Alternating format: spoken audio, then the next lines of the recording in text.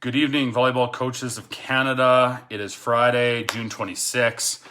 We are back here again with another attempt here with the women's head coach, University of Montreal, Olivier Strudel. We are glad that he has had the patience to go through this one more time. So we're going to start from scratch and go from there. You guys know how this works. Q&A. Write your comments below, and we'll try to see how many questions we can go through. Good evening. How are you? I'm good. How are you? Thanks for having me. Right on. Thanks for coming back. My pleasure. Sorry to everybody who listened the first time. Don't know really what happened. Well, we're here, and let's start from the beginning. Tell people who you are and where you came from and how long you've been there, and tell us all your secrets. I'm the head coach at the University of Montreal. I've coached there for the last 16 years as the head coach, 20 in total as an assistant. And before that, I coached about 10 years in the Gatineau region and the men's, though, not the women's. So I never thought I would coach the men's, actually. But and I've had a lot of privilege to coach a few times on the national teams, youth where we did VCOCs and a few 3 fiches in total. So I'm pretty lucky, and I like my volleyball. Right on. So we're lucky to have you back. I'm stoked to pick your mind for an hour. People are already signing in here and joining the conversation. We have Carol Hofer, Chantel Lamont, and a few others, and more will come. You were an athlete at some point. Oh, Ryan Hofer's on. You were an athlete at some point, and then you transitioned into coaching. How did that happen, and what sparked your interest in going on and coaching volleyball? Well, I think I just was always better in analytics than in playing. Right. So I didn't have a really strong playing career. I wasn't like one of the top players ever, but I was on the bench and I was annoying my coach a lot of the time, just picking his brain. And eventually he said, "Hey, why don't you try coaching?" And that's what I did. So I started fairly young. My first coaching gig was in 1988, which makes me about 15 years old. So, and I didn't know what I was doing, to tell you the truth. Yeah. But, and still, I'm not sure if today I do, but that's another story. And so no really big highlights as a player. I was just really always attracted really a lot to coaching. Okay. All right. Right on. I got a question right from Ryan Hofer right off the start. How do you like to incorporate sports psychology into your practices? Whoa. There's a hard one right off the start. Good question, Ryan. I like to do it a lot, and I like it to be practical. So I'm not going to usually be stopping drills or after practices. I'm going to say we're going to meditate for a few minutes or whatnot, or we're going to have in classes some goal setting stuff that we're going to do. I like to do everything in practice, and we could have a really long discussion on this topic, so I'll try to give one cue that I do a lot. Okay. I think people have to understand that the direction is not always head to behavior. So you don't always have to see it as I'm going to think I'm good, and eventually my behavior will be I'm playing good. Sometimes you can reverse that aspect and do a lot of changing of behaviors, and that will have a impact on your mind. And that's what I try to do as much as I can, is train behaviors that will have impact eventually on the psychology of athletes. Easy example, I'm going to say to them at the net, you will never, ever lower your eye from the opponent. Always look at them in the eye, always, every single time, so that eventually they build that confidence of being able to look and be ready to compete against anybody. So I think that the really big issue here is to try to incorporate directly in practices and when the players are at this mental strategies that you can bring to the game. Okay, awesome. If that makes sense. That makes sense. I'm gonna hit back another question that we had prior to us freezing out last time. Lee Carter had a question regarding blocking and random blocking, and that's when it all kind of cut out. So why don't we hit that one up on what your thoughts are of random blocking in practice and how you work with your team?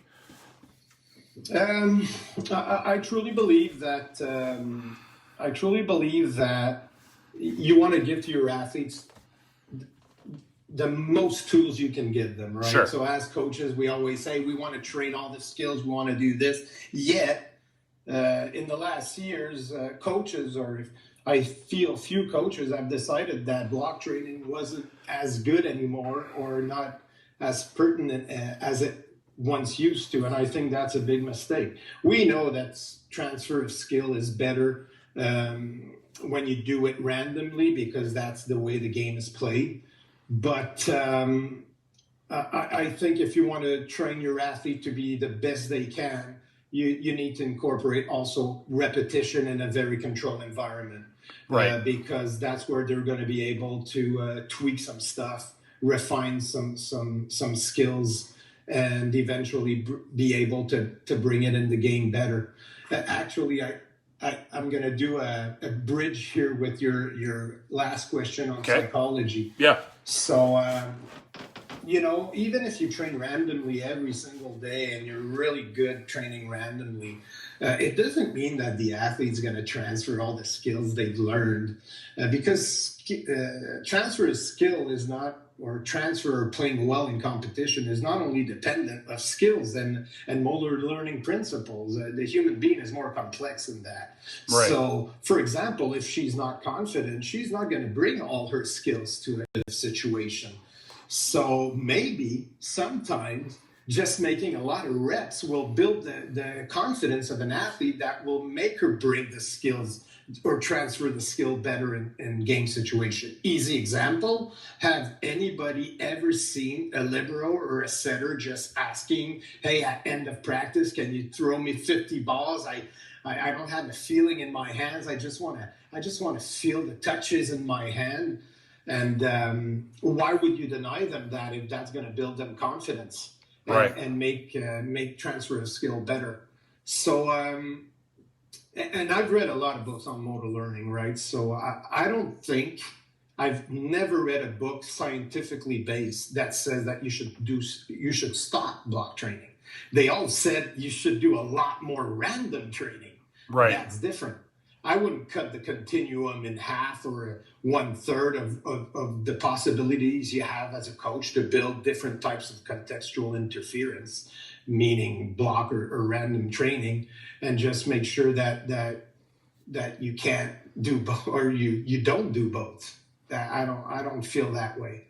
So I know a lot of people only now believe that it's randomized training, but you'll never replace reps in sports. Fair. Jamie Anderson, what do you think this season will look like when it starts up in January? Good question. Nobody knows. Even in Quebec right now, we have not said that it wouldn't be impossible to start in September. Right. So maybe we're going to have an entire year in Quebec because our SCQ has not decided yet if they just wanted to start after Christmas. If we start after Christmas, well, I think everybody will be really, really happy just to step back on the court, right? Oh, yeah. No, I think people are definitely itching to get back on the court. So even if we have a half a season or a 2/3 of a season, I think athletes will just be really, really happy to hop back on. Fair. Stefan Pagnot, can you describe your best warm-up to start? Best warm-up is the one that usually I guess he's meaning in a game situation. Well, Before a game? we had Lee Carter on, and he talked about doing kind of like a wash drill, if you will, in your first 5 minutes. Do you do anything like that? Do you do anything? I like a lot to start right away with balls. So the girls, once they've entered the gym and they're not even warmed up, we're gonna start always playing different types of little games or different types of little drills just to warm up, and we're gonna do that for about 5-10 minutes, and then we're gonna stretch our dynamic stretch and whatnot. But I always start with balls really quickly right away. Right. With the athletes, I rarely do something like a one-on-one like pepper or stuff like that. It's always ball control. It's always and multiple balls also. Okay. So if I had a better setup, I could show like drills and stuff. But I mean, I like them also to have a lot of balls in the air. Sure. Once a coach that I respected a lot once asked me, "Have you ever counted the number of balls that you have touching at the same time in your different drills? Because more balls can mean more touches. It's just harder to maybe write down sometimes or create. But so sometimes I have like a drill where all the team is, it's like a 7 against 7 or an 8 against 8, and there's like 4, 5, 6 balls in the air at the time. So Interesting. that's the type of warm-up I like a lot. Now, do you guys have some go-to drills that, like, I know there's certain coaches that might have, there are 15 go-to drills. They do those and they kind of do variations of those. Or are you a coach that tries to be maybe more creative and try new things that you haven't explored in the past? Good question again. I think my go-to drills, what I call them, my favorite drills, I think all coaches have them. Yeah. It's normal. And you know that there are drills that work really well when you need to change something up. Right. But I would advise people usually not to use too much of their favorite drills. If randomized training is one of the key component of being better prepared to compete well, it's not the only one. And another one is mixing it up. So you have to be able to create a lot of different types of drills, and make sure that the athletes don't fall in a pattern where they become better because they're repeating always the same type of drill. Right. So you want to mix it up a lot, and that's one of the 5 major principles that the scientific literature has put forward that will really bring the development of an athlete towards expertise. So I'd say mix it up as much as you can. So take the time. If you have 5 minutes, take 5 minutes to create your practice plan. If you have an hour and a half, take an hour and a half. But make sure that you optimize as best as you can the planning of your practice. Now, do you, the University of Montreal, do they have kind of like a farm team, like a club team, if you will, that you work with kind of during the off season? Yeah, well, I have a fairly big club. I'd say probably the biggest club in Montreal. Okay. So, which is the Club Celtic. Okay. And our farm team, I don't like to use that word, Okay. but they're independent. Yeah. They want to do their stuff, but for the last 30 years, we've been associated with Bois de Boulogne, who plays at the CCAA level, and they've had a lot of success too. So historically, I think like at least 50 to 55% of all my athletes have come from that program. Now the first time we spoke, and then this time you keep going back to literature. So are you a big reader? And if so, what are your go-to books that you would recommend? I have a lot of go-to books. Dynamics of Skill Acquisition for sure is one of them. It's been written in maybe 2008, but it's still on point. Peak from Anders Ericsson. If nobody has read that, read Peak. Anders Ericsson is the man behind the science of deliberate practice, quality reps, and whatnot. And Peak is a really, really strong book. I really liked also When from Pink, Daniel H. Pink, which is the science of timing, which is really nice. Yeah, fair. So that would be 3 books that I'd say to people that they can easily read, and they'll have a nice read. Oh, and I have a little golden book too. Like if you want to really have a good book of things that I've personally really put in a lot in practice, is The Pressure Principle from Areb, I think. But The Pressure Principle is a really good book. Interesting. Okay.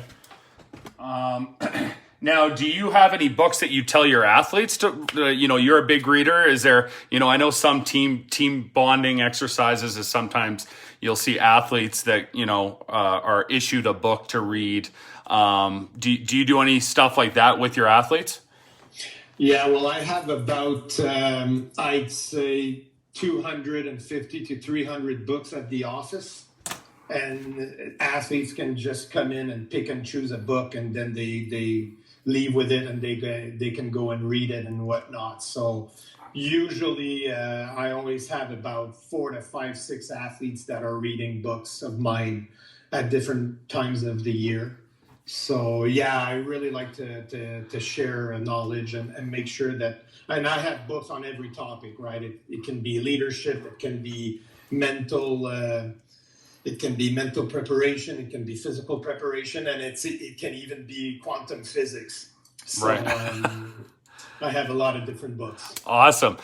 Jeff Anderson from Red Deer, Alberta. What is your opinion on the percentage breakdown of in-system and out-of-system drills and practices? Good question, Jeff. Yeah, it's a good question. I think the single most important thing you got to do as a coach is always prepare to have precision targets in mind when you build practices. Like if we want to break down volleyball and really its basic component, I think volleyball is a sport of precision and a sport of time. So you can either train one, you can either train the other, you can train the two of them together, and then you put that in systems. So first and foremost, I have always precision targets in training on everything. And what I mean by that is, we want the ball to drop exactly here. We want the ball to go here in passing. We want the ball to be served in this corridor or whatnot. And once you start doing that, then you'll see how good you are or how not good you are. Okay. And then I would divide practice a little bit more in the way I play out a system versus in system. But side out is key, right? So I don't think you need to train side out of system or in system. The first pass will take care of which system you really train. So find ways to create some good side out drills that are explosive, so that they're not just too slow for the athletes. Usually coaches, they throw in a second or a third easy ball or a hard ball, depending. Yeah. But there's other ways of practicing just only the side out, where it can be, I think, very rhythmed. Like it has a good rhythm. So that would be my first take on the question. My second take would be, I will train a lot more out of system before Christmas, and I'm going to be training in system or side out a lot more after Christmas. There's a little scientific principles usually that says in your breakdown of the season, you train twice what you do bad for once what you do good before the first half of the season is done. And after you start the second half, you reverse that, and you start doing twice what you do well for once what you do bad. And the basic idea behind that is make sure that when you go to war with your strengths, and you make sure that your athletes can be as confident as can be. So So that would be my second part of the answer to his question. Great answer. Great answer. Andre has a question. How do you work pressure management with your athletes? Good question. I think pressure is, you have a lot of ways where you can train pressure. First and foremost, I train pressure with time. So I take away time, or I for example, it's going to be a 2 serves super quick, one after the other on the same player. So he doesn't have the time to reload before passing the second ball. So that's pressure training because they have less time to act. I can train pressure through fatigue also. So I'm going to train pressure by exhausting my athletes the day before, and then we have a super high intensity practice the next day, and it's harder for them to be good. So that's going to be a type of pressure that I'm going to bring also. And then I'm going to bring pressure on the task that I demand, or how I play on the environment or the person. I'll give you an example for each. If I bring in the antennas a meter in, I'm going to put a lot of pressure on my hitters, because my blockers are going to be really better set to block, because they have less court to manage. So by playing the environment of bringing in the antennas, then I'm going to put pressure on the hitters. I can put pressure also on the task that I demand. So for example, if you, and another little secret I'm going to give right now that is super good, is the principle of win, shift, lose, stay. So in practice, when you build your practices, you only shift to the other drill when they hit their target in the drill before. So for example, if I say to them, hey, I want 10 perfect passes, and then we're going to switch to the next drill, and so we serve and pass. Well, when they hit 10, we're going to switch to the next drill. As long as they don't hit 10, we're not. Now, if I'm going to put pressure in that drill, I'm going to say, okay. So you have 10 perfect passes to make, but the sixth one, it has to be perfect. So let's say it takes them 20 serves to get 5 passes. Well, the next serve, they have to pass it perfectly. And if not, you go back down from 6 to 3. So that would be a pressure I would put on a task. And then you can put pressure on the player just by asking him what she can or cannot do in practice. Let's say I say to her, hey, you can't go down line more than 4 times in the drill. Then I'm going to put pressure on her that she has to find some new shots. So in a nutshell, that would be my answer. A lot of variations. Yeah. A lot of variations. And again, that brings us back to the principle I was talking about earlier, which is mix it up. Right.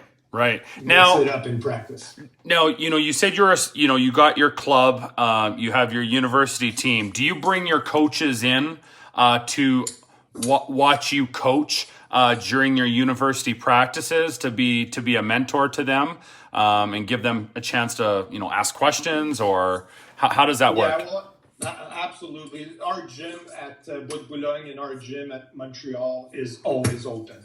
Right. And through the years, there's been a lot of coaches that have come in and out. It's always open, and the only thing I say to people is, if you come into the gym, be sure that you're ready to go also. You're not going to just be there standing and looking. If you want to be in the gym, I can use you. And that's what a lot of coaches have said, that university coaches, and I just think that there's some people that out there that are intimidated, obviously, to come into that gym, right? And absolutely, and all the coaches have said the same thing. The gym's always open. But I hope. Yeah, and I'll go even a step further than that. Like, I truly believe that I have no secrets to keep. Like, if you ask me a question, I'll give you the straight answer. And even if it's the thing that I do that I think works the most to make me win, I'm still going to share it, because that's how I'm going to become better.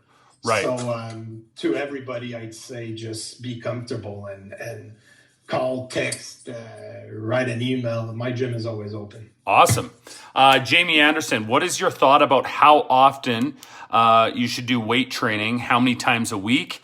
And does it affect the athlete's performance on the court? You kind of answered a third of that before. Yeah, well, definitely. The number one thing, well, there's two main reasons, right, why they do weight training. First one is to be higher, stronger, hit harder, whatever, just be a better athlete. The second one is you don't want to get injured, right? Because you want to be stronger and prevent injuries that way. Now, sometimes for sure, my prep guy, well, he always wants to train, and it's normal. It's his job, so it's my job to say when and to stop and whatnot. Usually during summer, we're going to ask them to do around 5 a week. During season, when we're not in the crunch time in November or January, we'll be asking to go from 2 to 3. And afterwards, when we're in crunch season, we're going to be more at 1 a week. So like playoffs? But I'm sorry? So like playoffs would be like 1 a week? During the playoffs now is 100% feeling of athlete. Got it. Some athletes, they have to train to feel good, right? They have to go and pump a little bit of iron just to make sure that they're sharp. And others are like, hey, man, I don't want to put my body in 1 minute more of what I have to give on the court. So during playoffs, it's a feeling of the athlete. But if an athlete wants to go and train 3 times, I'm going to sit down with her and just have a little chat to make sure that she knows what she's doing. And now, do you track that, or does the fitness trainer that, your assistant coach or whatnot, I track everything. That's my job. Okay, fair. I track everything. I want the information of everybody to come back to me. I want to make sure that everything is done right or according to my plan, which doesn't mean it can't change. But the athletes will, like the prep will track what the athletes are doing, like weight-wise and the number of times and when they went. But he's gonna give me that information at specific times in the year to make sure that we're on par and we're heading in the right direction. Now, for your athletes, is there 3 certain things that there 3? I'm just using 3 as a number. Are there things that you track just so that they have benchmarks for throughout the season on their progress as an individual athlete? There's a lot. There's all the weight training that you just said that has been tracked. I track also all their academics. I want to make sure that they're doing okay in school. Sure. I track also a lot of other variables like body weight, whatnot. Sure. And we track a lot of volleyball statistics too, right? And let's go into the volleyball statistics. What would be like 3 main ones that you really focus on? Well, one that I really like is what I call, or what is called the dug to kill ratio. So it's the number of times a ball that is touched in defense or dug in defense is transition in a kill. Mm-hmm. So that one I like a lot because it puts a lot of focus on the quality of the dig, not only the number of digs that you do. Right. Another one I like that I use a lot is the setter ratio. So I want to know how good is my setter to generate a kill. So a perfect ratio would be a 1 set, 1 kill. That would be a perfect setter. So we track a lot of the setting ratio for sure with our setters, just to make sure that they're as precise as they can be. For example, a really, really good setter would have a ratio of about 2.2, I'd say. So she has to make 2.2 sets to generate a kill. So that's another statistics that I like a lot.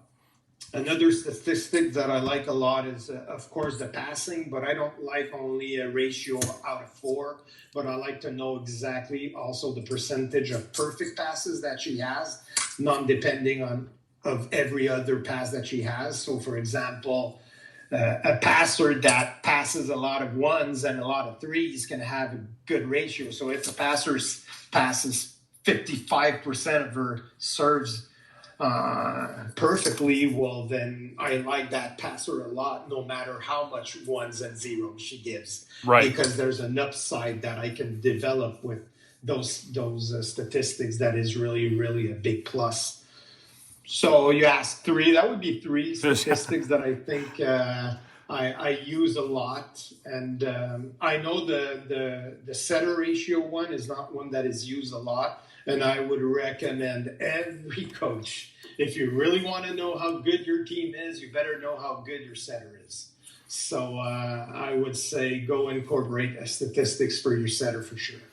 Now, during gameplay, in a season game, I know Ryan Hofer at Trinity, he has a little book or a little pad he makes little notes on and stuff like that, and he puts it back in his pocket and might sit down or whatnot. Is there something that you track in the moment, or are you still there? Yeah, I am. I can hear you. I can hear you. So that's a start. There you go. There it is. Your video's back. Is there something that you track personally, or does your assistant coaches do all the tracking during gameplay? Actually, I'm still a little bit old school. I have a lot of athletes on the bench that do a lot of statistics. Oh, okay. Yeah. Yeah, I like them to be aware of the game and how it's done. So the athletes takes a lot of stats, and we look at the stats during the game. And of course, I have my little book. It's not as fancy or complete as Ryan, that's for sure. But and I take some notes, and I make sure that we try to go on the right track when we play a game. Okay, right on. Andre has it was a secondary question to a question we hit on before regarding pressure management. He says, are you working on pressure management during regular season games? Yeah, I can. I'm known to be able to put pressure on teams and athletes, and the reason is pretty simple. It's you want to see where the breakdowns happen. Right. So when you know where the breakdown happens, it's easier after that to concentrate on those breaking points and try to make sure that they can become better at it, or at handling it. So yeah, there's different moments in the season where I know I'm going to put pressure on the team, and I call it out often to the team. I'll say, this is a pressure week, girls, so it's going to be hard. So they understand that it's going to be a different type of week, and that incorporates usually the games too. So I'll put some pressure in the games also. Just to see where the breakdowns happen. Lee Carter, great question, Lee. What's your biggest regret in coaching?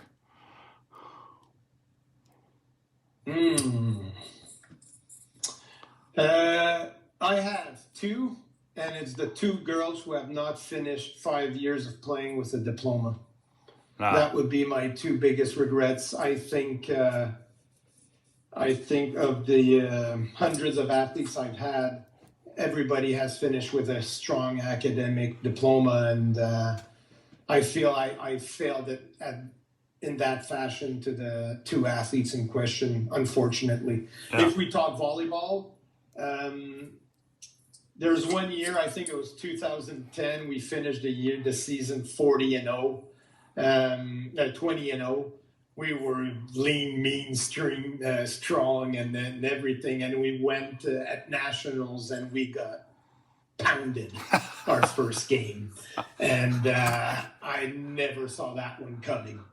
So I probably say, I don't know if it was the most disappointing, but it was surely the most surprising one. So shocking. When I was shocked. Oh, fair. Brenda Willis has a question. Hi, Brenda. Do you see the Quebec Atlantic Joint Conference in men's volleyball being applied to the women's side as well? Well, not anymore, because now we're at up to 7 teams in the women's, right? So Trois-Rivières is entering next year, so we'll be now 7. So I think we have a pretty strong conference now with 7 teams. But for many years, we've done the interlocks, right, where we would play official matches against the Maritimes, and I loved it because it changes from always playing the same teams. And that was back in the day where we only had 4 teams in Quebec. Right. So playing 5 times every team, eventually, believe me, you don't do a game plan anymore. Like the teams all know by heart the opponent, right? Yeah. So I don't see that we'd be joining the women's conference because now we have 7 teams. But if ever it was necessary, I'd be open to it. For sure. Another question from Brenda. Do you track side out percentage on 1 pass versus 2 versus 3 versus 4? Yeah, I do. And also by rotations for sure. Okay. So we have a sheet that is pretty... It's like when the athletes pick a pad, they're always like, "Oh, I hope I don't take the pad side out," because it's the one that's the most complicated to do. But so yeah, I do track it. I found through the years though that the 2 pass is the 1 pass and the 0 quality pass is not really that important inside out. It doesn't change a lot the statistics. So in the last years, I only took 4-3-2. Okay. 1 and 0 didn't really change anything for us. It didn't bring any information really I found to the table.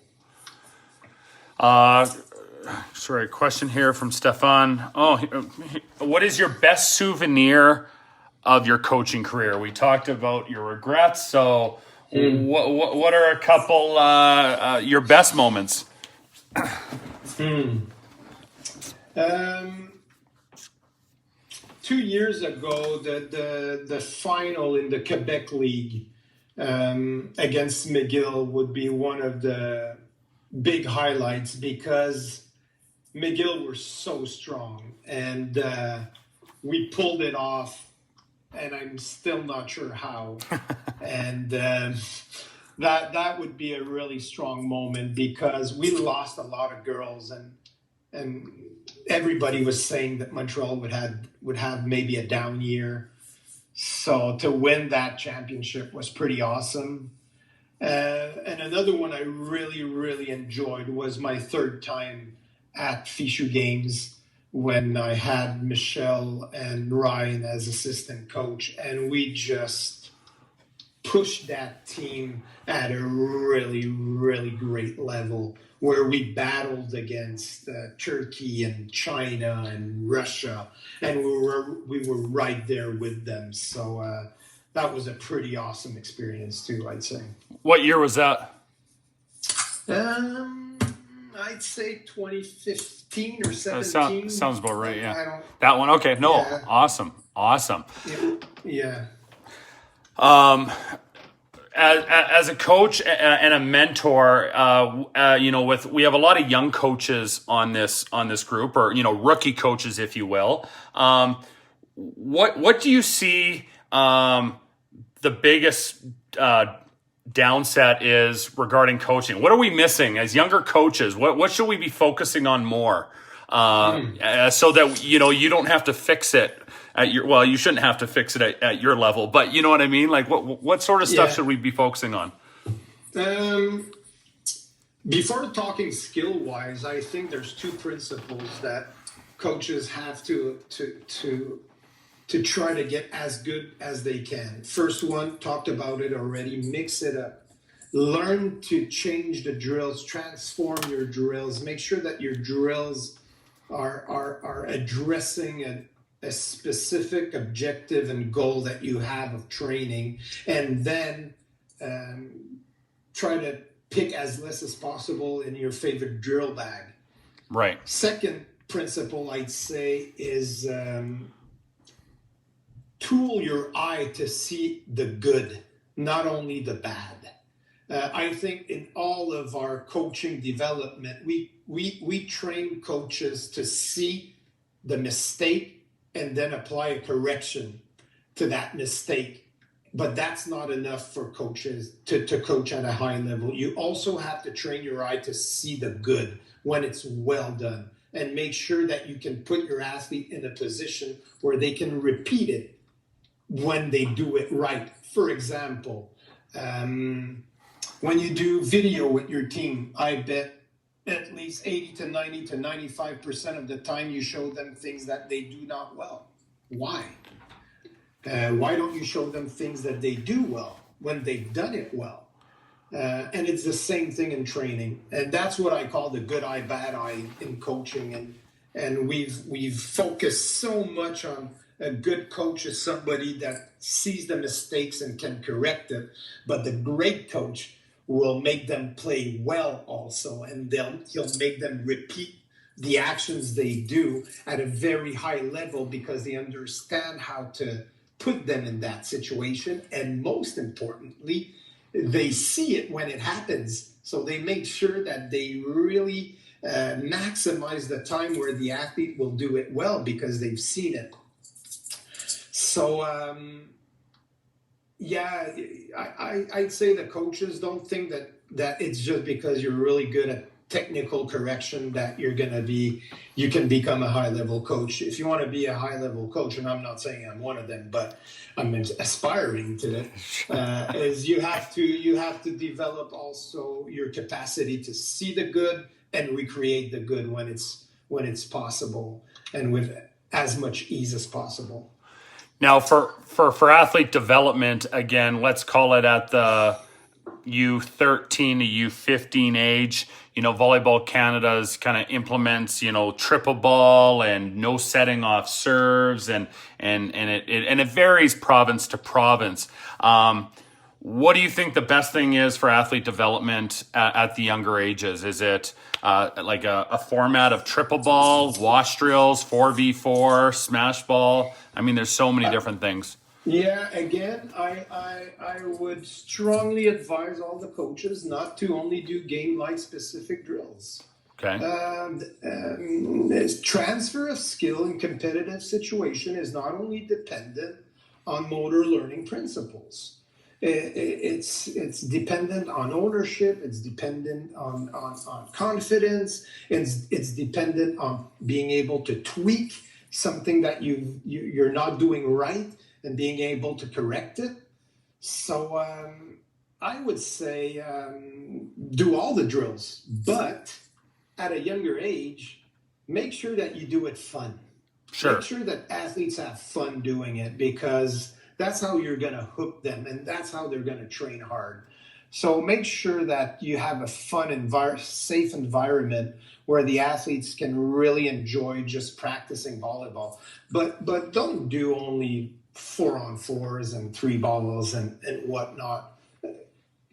Coach them up. That would be coach them. Make them become better. Not because you have a perfect skill in mind and how they're supposed to do it, but give them the repetitions they need and make them play also. Because, and I promise you this is my prophecy.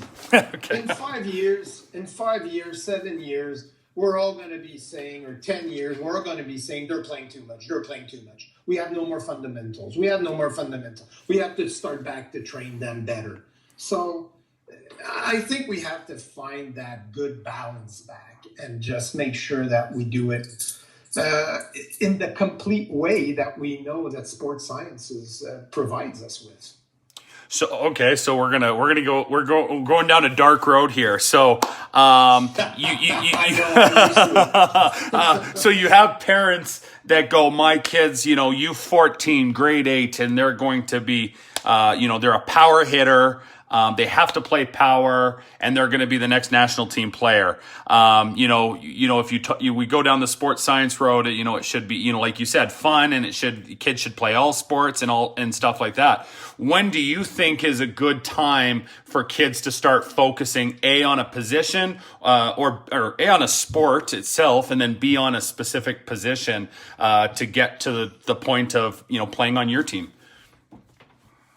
Well, I'm going to say something, and probably a lot of people will not be in agreement. Okay. But I do not think that there is any science backing up that doing a lot of sports will transfer your skill better Right. in one sport at an expertise level. Sure. Now, if you take a kid that plays all the sports, for sure he's going to be a better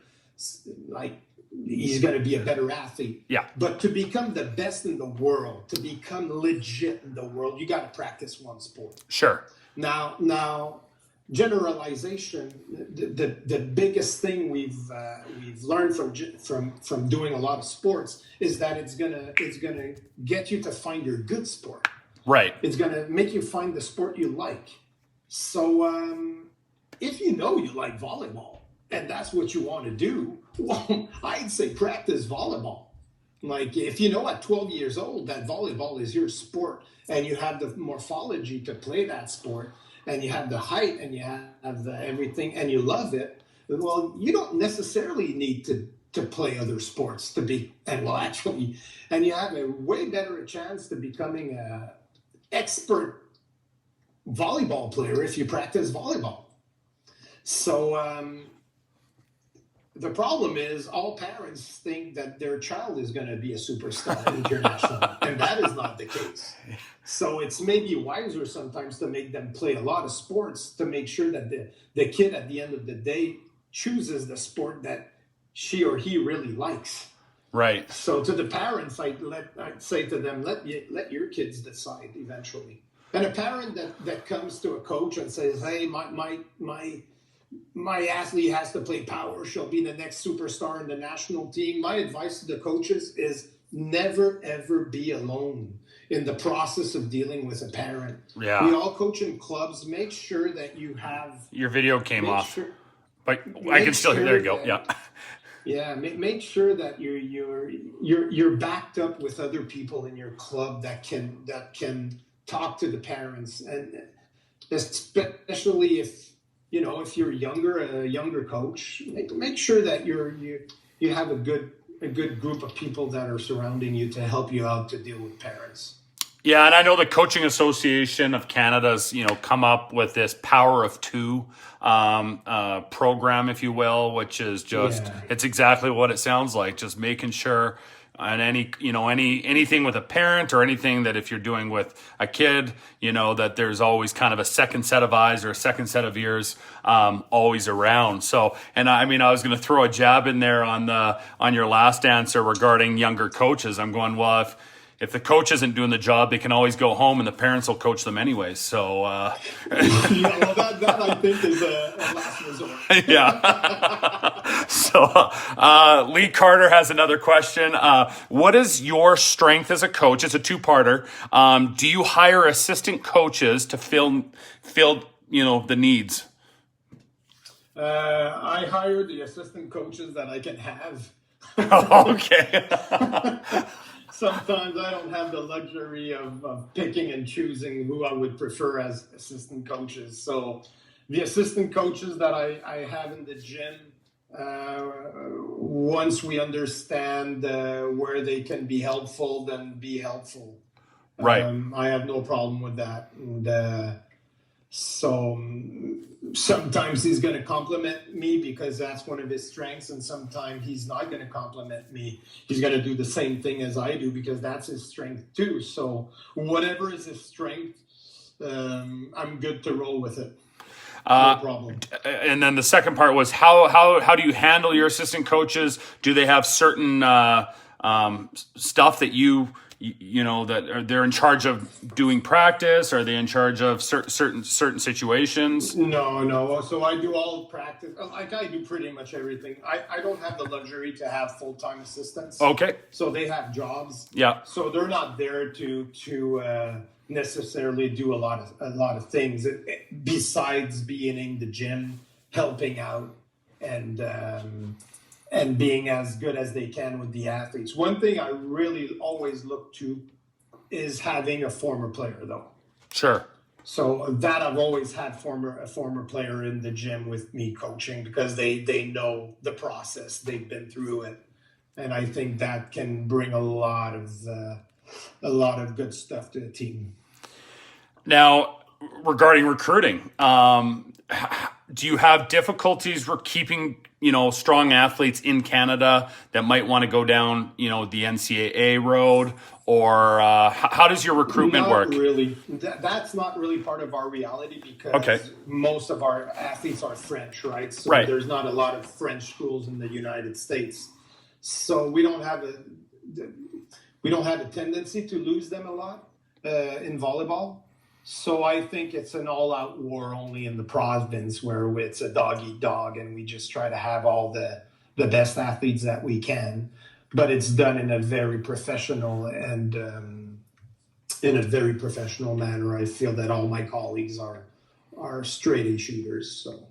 Okay, now we were touching base on kind of the parents there and that situation with recruiting. Do you these kids obviously through the club system coming up, so you probably have an idea on who the parents are. But do you interview the kids? Do you interview the athlete? Do you interview the parent? Do you interview them both? How do you make those relationships so you make sure you don't have someone go AWOL? Yeah, I never ever talk to a parent unless they come and talk to me. My first contact will always be only with the athlete, and not because I'm afraid or parents bug me, but just because the reality is they're adults. The most of them that I recruit are adults, and they know what they want, and we can have adult discussions. So when parents are there, I welcome parents also, and I respond to all their questions, no problem. But I recruit first and foremost only the athlete, and I never listen to things I've heard like, oh, she's too hard to coach, or she has a bad attitude, or whatnot. I think everything can be trained, and I believe in the culture that we have. So no matter what are the qualities or not of the athlete, if I think she should be in our team, I'm going to recruit her. How many athletes do you take on your roster normally, on average? Usually between I'd say 15 and 18. My target is always 16, 17. That would be the best number, but I'll never go over 18. Okay. And that's because the main reason why is, and that's a funny thing maybe for a lot of coaches, but I only have one practice a week where I have 2 gyms. Oh, okay. So I only have one court. Right. So it changes the dynamic of how you can train when you only have one court. For sure. Lee Carter, another question. How much do you interact with the, bear with me here, CEGEP programs in Montreal? Yeah, I love they're our main recruiting place, right? So where I recruit is in CEGEP. So I consider almost every coach of the CEGEP Division 1 teams. I'm close with them. I can call them, text them pretty much really easily. I think it's super important that we have a good relationship. And we're really lucky because I feel in Quebec, those coaches at Div 1 are really, really good. All of them. So I'm just going to be honest. Is that a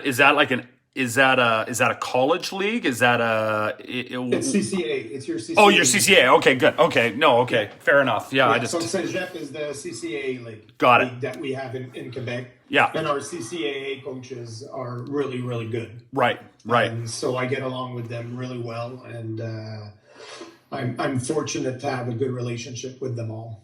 Awesome. So when this is all said and done, wow, how do you want to be remembered in the volleyball world? What's your legacy? What's your legacy? I'm not big on legacy. I don't have that much of an ego. Okay. To tell you the truth. A really authentic person that helped me through my college years. Yeah. Be the best person I can be. That would be my legacy I would hope for. Is that the athletes that have been coached in my program have become some very good people in society and are doing well and are happy and with good values. I think if I can do that as a coach, I think I've nailed it. Awesome. Well, Olivier, it's been absolutely amazing. I'm glad we didn't cut out at all this time, so we were able to get through it. I wish you the best of luck with your team whenever this COVID situation calms down and we get back on the court. And it looks like there's a light at the end of the tunnel. Things are happening. So hopefully. But yeah, hopefully. So fingers crossed. But we wish yourself and your team the best in the next season, and we look forward to chatting with you again in the future. Well, listen, Dave, thank you very much for having me. And it was, I hope, worthwhile for everybody. And what you're doing is great stuff, I think. So thank you very much from the volleyball community to take the time. And it's good stuff. Awesome. Well, we will chat soon, and enjoy your Friday night. All right. Thank you very much. Talk to you later. Take care, everybody. Okay. Bye-bye.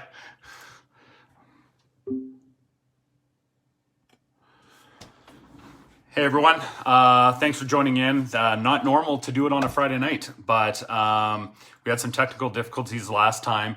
So University of Montreal women's head coach Olivier Strudel joined us for the last hour. We will post it on Facebook. We will post it on YouTube, and we're going to take a couple weeks break here, but have a new roster of coaches that we will be doing 1 hour sessions with in mid-July. So enjoy your summer, and we'll talk to you guys soon.